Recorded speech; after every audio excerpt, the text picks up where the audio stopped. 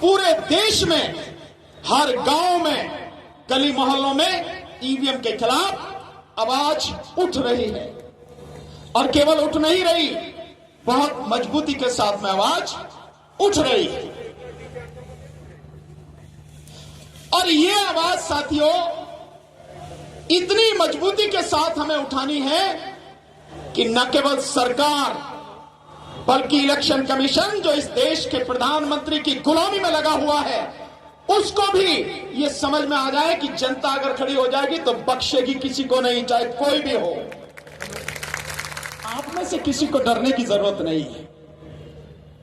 किससे डरते हो? उस आदमी से जो एक सवाल अगर पूछ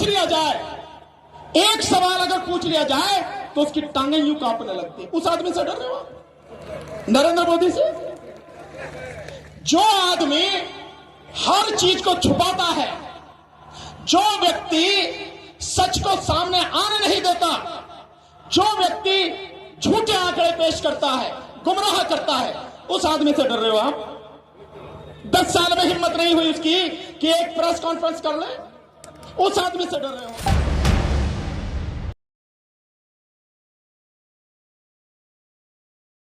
बाबा साहब डॉक्टर भीमराव अंबेडकर जी और इस देश में जन्मे सभी संतों और महापुरुषों के चरणों में नमन करते हुए अन्य सभी साथी जो मंच पर बैठे हैं और सामने बैठे हुए मेरे सभी बुजुर्ग नौजवान साथी, माताएं, बहनें, आप सभी को मेरा नमो बुद्धाय, जय भीम, आदाब, सत श्री अकाल, नमस्कार, जय भीम, जय भारत, जय संविधान। साथियों,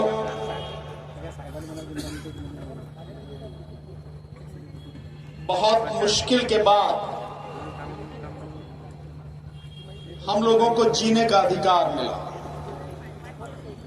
इस देश के लोगों को जीने का अधिकार मिला। इस देश के संविधान ने इस देश के तमाम नागरिकों को जीने, इस देश के संविधान ने इस देश के तमाम नागरिकों को जीने का अधिकार दिया। बिना अधिकार के जीने का कोई अर्थ नहीं है साथियों। वो अधिकार इस देश के संविधान ने आपको दिया।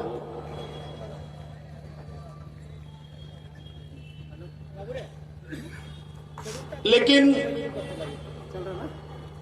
वर्तमान मोदी सरकार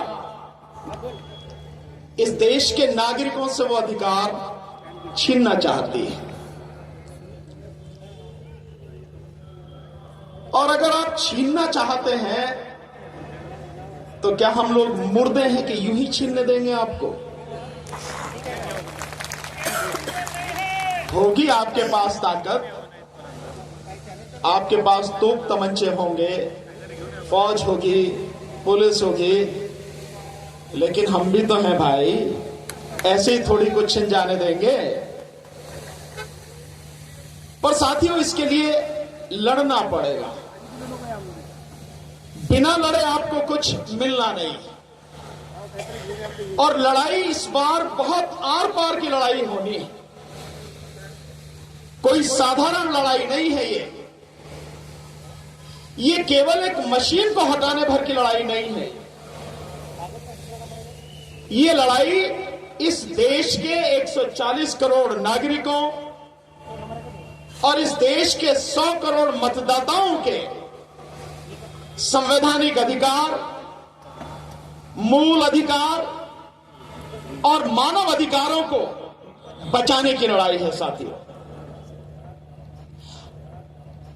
और किसी भी सरकार को यह हक नहीं है कि इस देश के नागरिकों से वो अधिकार छीनने की कोशिश भी करे। लेकिन कोशिश लगातार की जा रही है और लगातार ये अधिकार छीने जा रहे हैं। माननीय वामन मेश्राम साहब तो बहुत लंबे समय से ईवीएम की बात कर रहे हैं, पर हम लोग 30 मई 2019 जब मोदी सरकार ने दूसरी बार शपथ ली, तब से हम लगातार आंदोलन कर रहे हैं। दिल्ली में जंतर मंतर पर 2019 में 5 बार आंदोलन किया। ईवीएम और वीवीपैट में कैसे गड़बड़ी होती है, ये इसी बार नहीं, तब भी हमने उसका डेमोन्स्ट्रेशन करके दिखाया। और किस किस तरह से बेईमानी हो रही है, सारी चीजें एक एक करके लोगों के सामने। अधिकारों को छीनने की कोशिश करेगा, बख्शेंगे किसी को नहीं। इलेक्शन कमीशन जिसकी जिम्मेदारी है इस देश में स्वतंत्र, निष्पक्ष और पारदर्शी चुनाव कराने की, वो इलेक्शन कमीशन अपनी जिम्मेदारी न निभा के, अपना संवैधानिक दायित्व न निभा के सरकार की गुलामी में लगा हुआ है।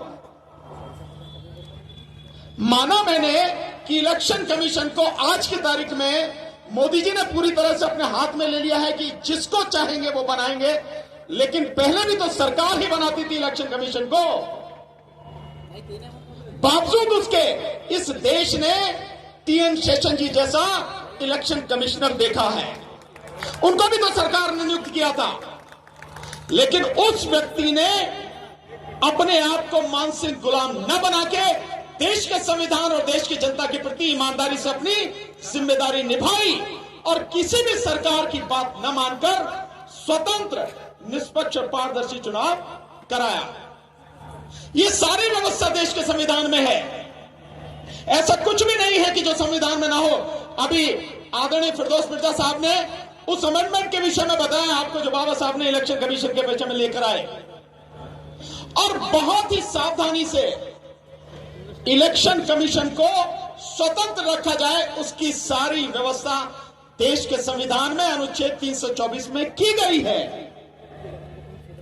और इलेक्शन कमीशन पूरी तरह से निष्पक्ष रहे, इसके लिए हर वो कदम उठाया गया, हर वो व्यवस्था की गई जिससे इलेक्शन कमीशन पूरी तरह से सरकार के दबाव से मुक्त रहे और ईमानदारी से अपना कर्तव्य निभा सके। इसीलिए इलेक्शन कमीशन जिस दिन से नियुक्त होता है और जिस दिन तक का उसका कार्यकाल रहता है, टेन्योर रहता है, उसकी सारी सुविधाओं में, उसके वेतन में, उसके अधिकारों में, उसकी शक्तियों में किसी भी तरह का फेरबदल नहीं किया जा सकता। यह संविधान में व्यवस्था है।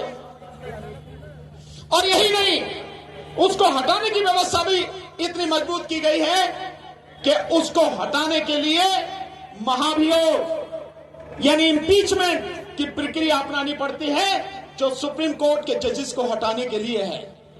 यह व्यवस्था की गई है। बेशक सरकार बनाती है, लेकिन सरकार के हाथ में पावर नहीं दी गई कि वो इलेक्शन कमीशन को हटा सके। यह उसको इंडिपेंडेंट बनाए रखने के लिए व्यवस्था की गई। और इतना ही नहीं, एक और व्यवस्था की गई।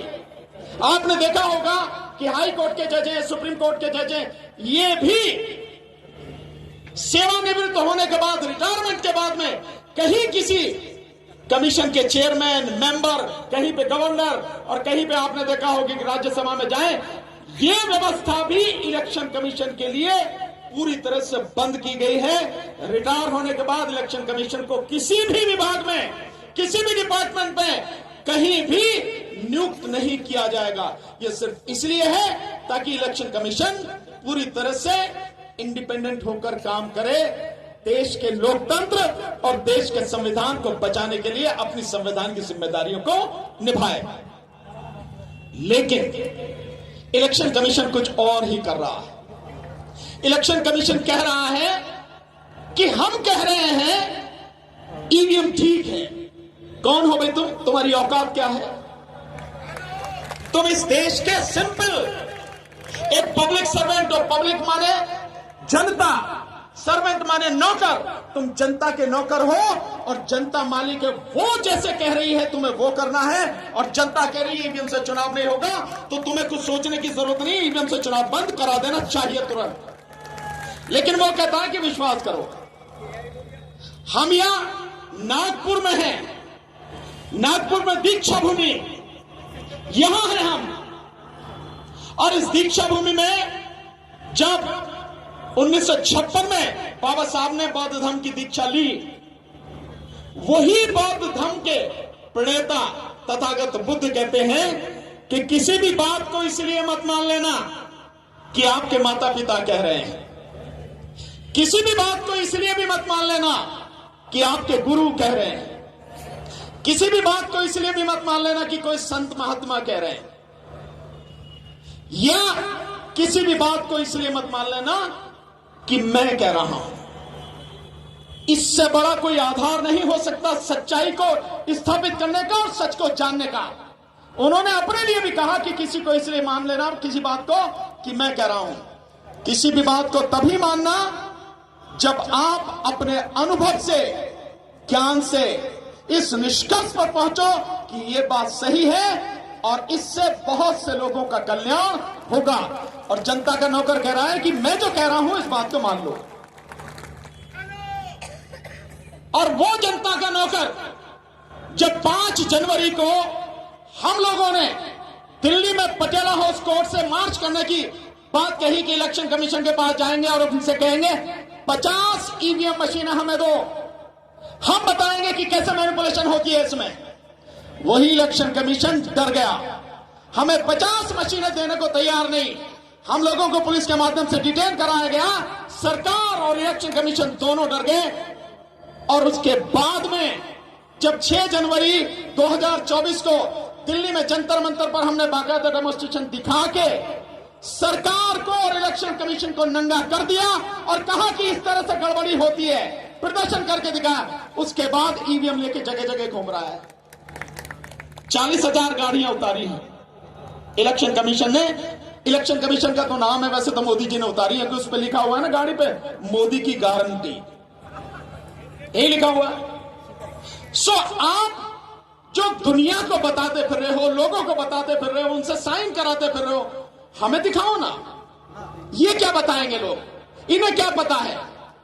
क्योंकि इन्हें यूं नहीं पता। मैं बार बार एक सवाल पूछता हूं, इस देश की सुप्रीम कोर्ट के तमाम जजेस से, हाई कोर्ट के तमाम जजेस से, इस देश में जितने भी डिस्ट्रिक्ट कोर्ट हैं उनकी जितने भी जजेस हैं उन सबसे, तमाम आईएएस ऑफिसरों से, तमाम आईपीएस ऑफिसरों से, कलेक्टर, एसपी, एसएसपी, सबसे मैं पूछता हूं, इस देश के तमाम प्रोफेसर से पूछ रहा हूं, तमाम मंत्री, प्रधानमंत्री, मुख्यमंत्री, सबसे पूछ रहा हूं, सारे एडवोकेट से पूछ रहा हूं, डॉक्टर से पूछ रहा हूं, इंजीनियर एक्सेप्ट सॉफ्टवेयर इंजीनियर, उनसे, और जितने भी पीएचडी करे हुए लोग हैं, पढ़े लिखे लोग हैं, भाई ईवीएम की तकनीक क्या है जानते हो क्या? इसे ईवीएम कैसे काम करती है जानते हो क्या? इसे आप बताइए, सारे के सारे लोग जानते हैं क्या?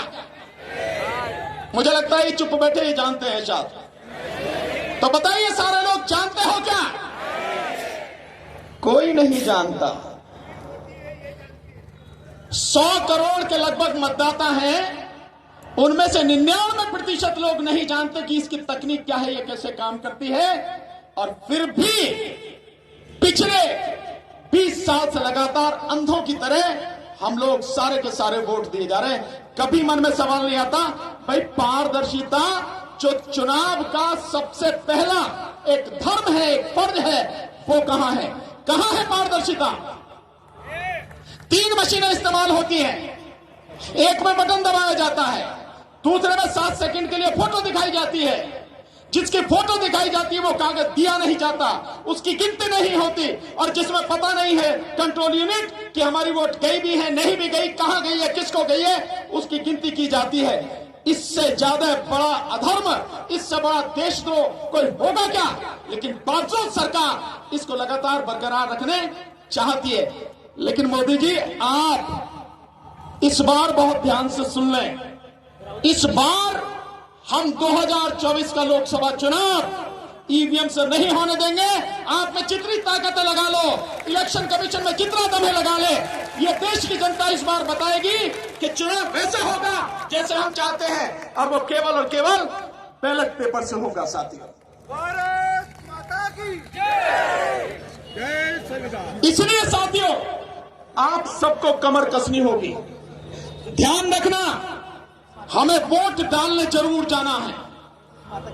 वोट चाहे जैसे भी हो, हमारी पूरी कोशिश है कि चुनाव बैलेट पेपर से हो, लेकिन अगर परिस्थितियां किसी तरह की हुई फिर भी वोट डालने जाना है, यह नहीं सोचना कि जीतेगा यही तो यार वोट डाल के क्या करेंगे। नहीं, वोट डालने जरूर जाना है। सारी व्यवस्था है आगे तक की, ऐसा कुछ भी नहीं है जो हमने छोड़ रखा है साथियों। इस बार मोदी को घुटनों पर लेकर आएंगे और मोदी सरकार को उसकी औकात दिखाएंगे साथियों। जो उन्होंने अब तक किया है वो आगे होने नहीं देंगे किसी भी कीमत पर, चाहे कुछ भी हो जाए। क्यों नहीं होने देंगे साथियों? अगर देश में अदालतों को, हालांकि इस बार 19 सी जगह है कि जब इलेक्टोरल बॉन्ड के विषय में इतना बढ़िया फैसला सुप्रीम कोर्ट का आया है, तो एडीआर की ईवीएम को लेकर जो पिटीशन पड़ी हुई है, जिस पे आर्गुमेंट हो चुके हैं, जजमेंट आया नहीं है। हम सब लोग उम्मीद करते हैं कि उस पर भी इलेक्टोरल बॉन्ड की तरह बढ़िया जजमेंट आएगा और ईवीएम बैन होगी, लेकिन कह कुछ नहीं सकते। तो सुप्रीम कोर्ट जिसको सुमोटो एक्शन लेना चाहिए वो भी सुमोटो एक्शन नहीं ले रही। मैं क्यों कह रहा हूं ये बात इसलिए कह रहा हूं साथियों कि हमारे भाई राजन पाल गौतम जी ने अभी BEL, भारत इलेक्ट्रॉनिक्स लिमिटेड जो कंपनी है जो ईवीएम बनाती है, वीवीपैट बनाती है, जिसका जिक्र किया है, जिसमें 7 में से 4 डायरेक्टर बीजेपी के हैं। और क्या करते हैं वो? उस कंपनी को पूरी तरह से उन्होंने होल्ड कर रखा, उनके कब्जे में है। मतलब बहुत अजीब सी बात है कि जो कंपनियां ईवीएम और वीवीपैट बना रही हैं, ECIL, electronic corporation of India limited Hyderabad, और दूसरे BEL, Bharat electronics limited Bangalore, ये दोनों की दोनों कंपनियां भारत सरकार की कंपनियां हैं। भारत सरकार जो बेईमानी कर कर लगातार जीत रही है, जो 3 राज्यों में भी कांग्रेस के हाथ से बनी हुई सरकार जिन्होंने छीन ली, राजस्थान, मध्य प्रदेश और छत्तीसगढ़ से, वही जो बीजेपी है उसी को सारी जिम्मा दिया हुआ है ईवीएम और वीवीपैट मशीन बनाने का। सो भारत सरकार की कंपनियां हैं और उन भारत सरकार की कंपनियों में भी बीजेपी के पदाधिकारी डायरेक्टर हैं। 4 डायरेक्टर जो हैं, एक तो है मिस्टर पार्थसारथी जो बीजेपी का ओबीसी मोर्चा है, उसके वो राष्ट्रीय सचिव हैं जो इंडिपेंडेंट डायरेक्टर हैं। और इसके अलावा एक मिस्टर कजारी वाला है, कचारिया करके हैं, कचारिया वहां के हैं, श्याम जी भाई कचारिया, वहां से है गुजरात से, और गुजरात के राजकोट जिले के जिला अध्यक्ष हैं बीजेपी के। साथ में एक शंभुनाथ यादव है जो बनारस से है, उत्तर प्रदेश, प्रधानमंत्री की कॉन्स्टिट्यूंसी से वाइस प्रेसिडेंट है बीजेपी के। और एक मैडम है वो वहां से है, बिहार से, जो वाइस प्रेसिडेंट रही है बीजेपी की। ये 4 लोग इंडिपेंडेंट डायरेक्टर हैं और ये वो काम कर रहे हैं जो वीवीपैट और ईवीएम को बनाने का, और उसमें सीक्रेट इनक्रिप्टेड सोर्स कोड जो मेन सॉफ्टवेयर है जिसको लिंक किया जाता है उसके साथ में, जो सिम है उसके साथ में जो किया जाता है, ये लोग जब ईवीएम ही ये बना रहे हैं, वीवीपैट ही ये बना रहे हैं, और इलेक्शन कमीशन वैसे काम कर रहा है जैसे सरकार कर रही है, प्रधानमंत्री कह रहे हैं। सो इलेक्शन कराने वाले वो, मशीन बनाने वाले वो, तो जीत के कौन आएगा? वही आएंगे ना। तो क्या सिर्फ इसी बात पर सुप्रीम कोर्ट को सुमोटो एक्शन नहीं लेना चाहिए? इससे बड़ी एविडेंस क्या होगी? जो ये BEL है, ये सरकार की जो मिनिस्ट्री ऑफ डिफेंस है, मिनिस्ट्री ऑफ डिफेंस के अंडर में है। ये राजनाथ सिंह जिसके मंत्री हैं, रक्षा मंत्री हैं। सो ये सारी चीजें होने के बावजूद भी, और ये जो सारी इंफॉर्मेशन निकल के आई है, एक EAS शर्मा हैं जो गवर्नमेंट ऑफ इंडिया में सेक्रेटरी रहे, रिटायर हैं, उन्होंने बाकायदा कंप्लेंट करी है इलेक्शन कमीशन ऑफ इंडिया को, बावजूद उसके कुछ नहीं हो रहा, कुछ नहीं किया जा रहा। इसीलिए मैं बार बार कहता हूं कि आज की तारीख में केवल और केवल जन आंदोलन ही इस देश को बचा सकता है। साथियों, ये लड़ाई आर पार की लड़ाई अब होने वाली है और पूरी ताकत से आपको लड़नी है। आप केवल नागपुर से नहीं हैं, पूरे विदर्भ के इलाके से आप आए हैं। ये विदर्भ की आवाज न केवल महाराष्ट्र में बल्कि पूरे देश में जबरदस्त तरीके से गूंजनी चाहिए। और इस बार चाहे जो भी हो जाए, ईवीएम से चुनाव हम होने नहीं देंगे। साथियों, इस देश में इस ईवीएम के माध्यम से हमारे तमाम अधिकारों को छीन लिया गया है। हमारे बच्चों से हमारी शिक्षा छीन ली गई, हमारे बच्चों का भविष्य छीन लिया गया, रोजगार छीन लिया गया उनसे। इस ईवीएम के माध्यम से इस देश के लोगों से स्वास्थ्य सुविधाएं छीन ली गई। प्रधानमंत्री सारी बातें करते हैं, लेकिन न तो शिक्षा पे बोलते हैं, न रोजगार पे बोलते हैं, न स्वास्थ्य सुविधाओं पर बोलते हैं, न किसानों पर बोलते हैं, न मजदूरों पर बोलते हैं, न ओल्ड पेंशन स्कीम जिसके लिए लोग लड़ रहे हैं, न उस पर बोलते हैं, न वन रैंक वन पेंशन के लिए जो फौजी लड़ रहे हैं, न उस पर बोलते हैं। गारंटी देते फिरते हैं। और मैं बार बार कहता हूं, भाई जिसने 2 करोड़ रोजगार की गारंटी दी थी वो कौन बेईमान था, कौन मक्कार था, कौन था भाई? मोदी। मोदी जी, आप शिक्षा पर क्यों नहीं बोलते? आप रोजगार पर क्यों नहीं बोलते? क्यों? क्योंकि शिक्षा को खत्म करना है, रोजगार को खत्म करना है, लोगों को अनपढ़ रखना है और उनकी कमर तोड़ देनी है आर्थिक रूप से, इसलिए नहीं बोलते। आज किसान लड़ रहे हैं, किसानों को जो भी चाहिए, सरकार के लिए 84 देर का काम। जिस केंद्र सरकार का बजट साल में 50 लाख करोड़ का है, किसान जो मांग रहे हैं अगर एज इट इज उन्हें दे दिया जाए, जो मांग रहे हैं चौका तो उन्हें दे दिया जाए, तो मेरी सारी कैलकुलेशन, जिसमें वो किसानों की बात नहीं, वो मजदूरों की बात कर रहे हैं, मनरेगा की बात कर रहे हैं, और साथ में वो इस देश के आदिवासियों की भी बात कर रहे हैं। अगर सारा कुछ दे दिया जाए तो 15 लाख करोड़ से ज्यादा खर्च नहीं होगा। इस देश में किसान कितने हैं साथियों? सरकारी आंकड़ा बताता है कि 14 करोड़ 64 लाख किसान परिवार हैं। सरकारी आंकड़ा है ये।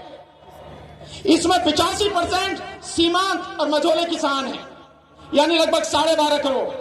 और खेतीहर मजदूर, उनकी संख्या 10 करोड़, यानी 10 करोड़ परिवार को कुल मिला के 25 करोड़ परिवार। एक परिवार में अगर कम से कम 4 भी लोग हों तो कितने लोगों की बात हो रही है? 100 करोड़ लोगों की बात हो रही है। अगर 100 करोड़ लोगों को उनका जीवन बेहतर बनाना है, 15 लाख करोड़ रुपए सालाना के खर्च करने पड़े, तो क्या कोई बहुत बड़ी चीज है? सरकार के पास है नहीं क्या? अपने यारों का 25 लाख करोड़ रुपया माफ कर दिया, तो किसानों को और मजदूरों को नहीं दिया जा सकता क्या? दिया जा सकता है। लेकिन जब आदमी बेईमान हो जाए, जिसकी नीयत खराब हो जाए, तब वो सारी चीजें करता नहीं है। लेकिन अब बहुत हो चुका, अब ये बर्दाश्त नहीं होगा साथियों।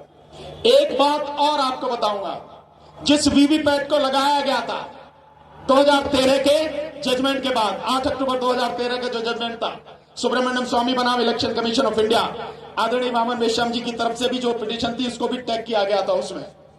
उसके जजमेंट के बाद जो लगाया गया, और 2017 के बाद जो वीवीपैट आई, उसका एक आंकड़ा देखिए आप, बड़ी मजेदार बात। मतलब इतने सारे सबूत के बाद भी कोई कोर्ट काम नहीं कर रही कुछ भी। और वो आंकड़ा क्या है? 22 जनवरी 21 या 22 जनवरी 2022 को इलेक्शन कमीशन ने ECIL हैदराबाद को और BEL बेंगलोर को और BEL पंचकुला को एक लेटर लिखा, और उसमें कहा, ECIL से कहा कि तुमने जो मशीनें दी थी 4 लाख वीवीपैट खराब हैं, और BEL बेंगलोर को कहा कि तुमने जो मशीनें दी थी उसमें 1,85,000 मशीनें खराब हैं, और BEL पंचकुला को जो कहा कि तुमने जो मशीनें दी थी उसमें 65,000 वीवीपैट मशीनें खराब हैं। कुल 37%, यानी 17.5 लाख में से 6.5 लाख मशीनें खराब हैं। ये लेटर कब दिया? 2022 में। वीवीपैट कब आई? 2018 में। उसके बाद में लोकसभा का इलेक्शन 2019 में होगा और कई राज्यों में चुनाव हो गए। तो जहां जहां ये खराब मशीनें लगी, क्या वहां इलेक्शन सही हुआ होगा? नहीं हुआ होगा। ये सारी गड़बड़ी होने के बावजूद भी कोई सुनने को तैयार नहीं है। लेकिन अब सुनेंगे, अब जिस तरह से मशीनें लेके भाग रहा है इलेक्शन कमीशन, ध्यान रखिए, मैं विश्वास दिलाता हूं इन मशीनों को डिब्बे में बंद करके रखेगा। ये चुनाव जो होगा वो बैलेट पेपर से ही होगा। एक बात और कहना चाहूंगा, जो पॉलिटिकल पार्टियां हैं, इस लड़ाई को लड़ने की जिम्मेदारी तो उन्हीं की थी। सबसे ज्यादा नुकसान तो उन्हीं को हुआ है या होगा। इस विषय में उन्हें सबसे मजबूती से आवाज उठानी चाहिए थी। माननीय राहुल गांधी जी न्याय यात्रा लेकर चल रहे हैं। आपको जरूरत क्या है न्याय यात्रा लेने की, करने की? देश की जनता आपको वैसे ही वोट दे रही है, इन्हें बचा तो लो। आप इन्हें बचा नहीं पा रहे हैं। इस न्याय यात्रा की जगह इस न्याय शब्द को कुछ देर के लिए हटा के ईवीएम यात्रा कर दो। आप देखिए कि क्या तूफान उठेगा पूरे देश में। लेकिन समझ नहीं आ रही है बात कि कौन उनको सलाह दे रहा है, किस तरह से वो काम कर रहे हैं। उनके पिताजी के सबसे बड़े तकनीकी सलाहकार सेन पित्रोदा इस देश में संचार क्रांति को लाने वाले, कंप्यूटर को लाने वाले, शिकागो में रहते हैं। राहुल गांधी की ओवरसीज यानी विदेशों में जितनी भी मीटिंग होती है सबको वो मैनेज करते हैं, सबकी व्यवस्था वो करते हैं। वो कह रहे हैं कि ईवीएम में गड़बड़ी होती है और विपक्ष को इकट्ठे होकर इसके खिलाफ लड़ना चाहिए। बावजूद उसके उनकी समझ में नहीं आ रही है। बहुत अजीब सी स्थिति है कि उनकी समझ में नहीं आ रही। मैंने नॉर्थ एवेन्यू में एक मीटिंग हुई थी, माननीय दिग्विजय सिंह वहां पर आए थे, कांग्रेस के नेता। मैंने उनके सामने ही ये सारी बातें कही। क्यों नहीं बोलते राहुल गांधी जी, क्यों नहीं बोलते हैं सोनिया जी, खड़गे साहब क्यों चुप हैं? अगर देश में कोई तबाही होती है ईवीएम की वजह से, तो जितनी जिम्मेदार बीजेपी या मोदी सरकार है उतनी ही जिम्मेदार कांग्रेस भी होगी और बाकी विपक्षी पार्टियां भी होंगी। आप इससे बच नहीं सकते हैं। जो काम आपको करना है उसे करना चाहिए, नहीं तो देश तबाह हो जाएगा। और अब देश के लोगों के पास केवल और केवल ये मई तक का ही समय है। अगर एक बार ईमानदारी से लड़ लिए तो देश का इतिहास कुछ और होगा, तस्वीर कुछ और होगी। और अभी भी अगर बैठे रहे, चुप रहे, बोले नहीं, डरते रहे, तो साथियों सब कुछ आपकी आंखों के सामने तबाह होगा। आपकी नस्लें और फसलें दोनों तबाह हो जाएंगी, आप बचा नहीं पाएंगे। और इसके लिए जिम्मेदार एक ही व्यक्ति होगा और वो है देश के प्रधानमंत्री नरेंद्र दामोदर दास मोदी।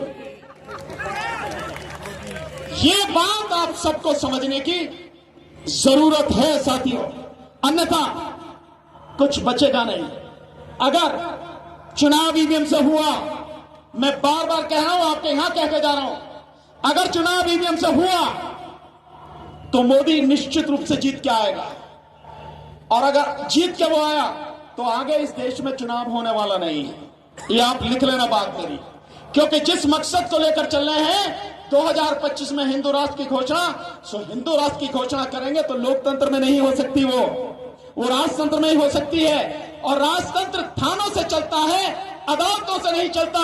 तो वकील भी समझ रहे हैं कि उनके काले कोट भी खुंटी पे टंग रहे हैं कि जब अदालत ही नहीं रहेंगे तो तुम्हें कौन पूछेगा, कहां जाओगे। और जिस तरह से इस देश के संघीय ढांचे को खत्म करने की लगातार कोशिश की जा रही है सरकार द्वारा, मोदी सरकार द्वारा, उसके बाद जो विधायिका हैं, जो ये आपकी विधानसभाएं हैं, ये भी बचने वाली नहीं है। क्योंकि जब केंद्र से राज होना है, राजतंत्र चलना है, तो विधानसभाओं की क्या जरूरत है। इस बात को सब लोगों को समझने की जरूरत है साथियों। रही दूसरी बात, आप में से किसी को डरने की जरूरत नहीं है। किससे डरते हो? उस आदमी से जो एक सवाल अगर पूछ लिया जाए, एक सवाल अगर पूछ लिया जाए तो उसकी टांगें यूं कांपने लगती है। उस आदमी से डर रहे हो? नरेंद्र मोदी से? जो आदमी हर चीज को छुपाता है, जो व्यक्ति सच को सामने आने नहीं देता, जो व्यक्ति झूठे आंकड़े पेश करता है, गुमराह करता है, उस आदमी से डर रहे हो आप? 10 साल में हिम्मत नहीं हुई उसकी कि एक प्रेस कॉन्फ्रेंस कर ले, उस आदमी से डर रहे हो?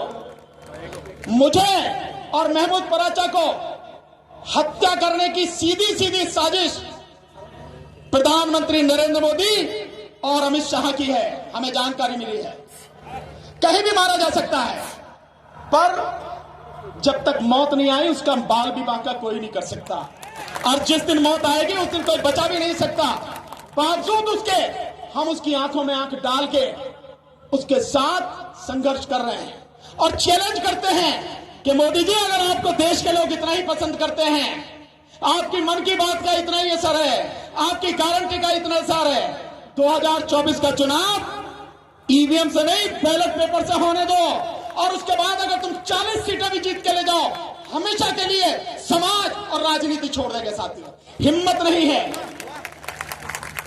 सो डरना किसी से नहीं है साथियों, और डर के कभी जंग लड़ी नहीं जाती, जीती नहीं जाती। पूरी ताकत से लड़िए, पूरे विश्वास से लड़िए। जनता जब खड़ी हो जाती है ना, उसके कदमों की आहट से ही सरकारें खत्म हो जाती हैं। इस चीज को समझो आप, इतिहास इस बात का साक्षी है। आपने मुझे बहुत ध्यान से सुना, यहां सम्मान देकर मुझे बुलाया, बोलने का मौका दिया। मैं आप सबका और इस परिषद का, ईवीएम इंडिया अगेंस्ट ईवीएम और उससे जुड़े हुए जितने भी संगठन हैं, सभी साथियों का बहुत बहुत आभारी हूं, बहुत बहुत धन्यवाद करता हूं, और उम्मीद करता हूं कि ये बात जो आज मैंने कही है आपसे, इस बात को घर घर तक पहुंचाओगे, और कम से कम महाराष्ट्र में ईवीएम किसी गांव में घुस नहीं जाए, इसकी जिम्मेदारी आपकी है। बहुत बहुत शुक्रिया। जय भीम, नमो बुद्धाय, आदाब, सत श्री अकाल, नमस्कार। धन्यवाद सर। इस भारत